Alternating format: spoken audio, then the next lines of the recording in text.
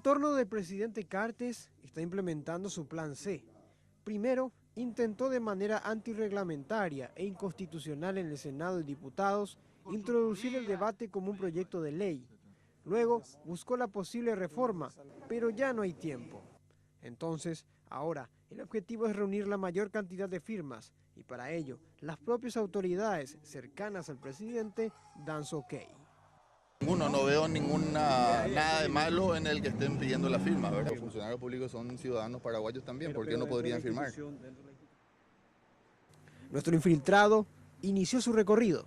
El funcionario A prefirió ser cauto y no firmar nuestra planilla, pero negó estar amenazado si es que no desea firmar por el pro recutú. Además, dejó entrever que tiene miedo de ser despedido.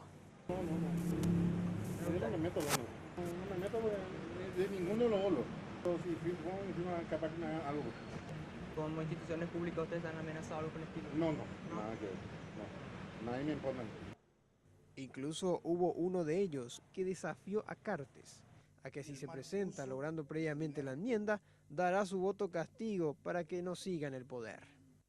Yo quiero que se candidate Cartes y para que nosotros no le votemos. ¿A quién pierda? Va a caer el Partido Colorado. Que Cartes el candidato. Los funcionarios públicos no quieren saber nada.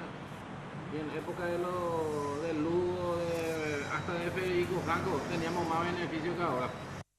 Algunos desmintieron que circule el pro recutú por los ministerios. Pero como dice el refrán, persiste y vencerás, nuestro infiltrado logró que 2 personas sí firmen.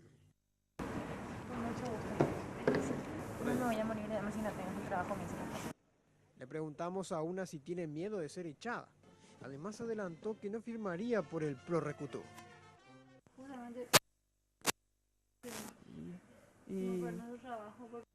Encontramos a uno que sin precisar dijo que ya firmó una planilla en contra de la enmienda. Yo ya firmé eso, pero mi compañera trajo ya.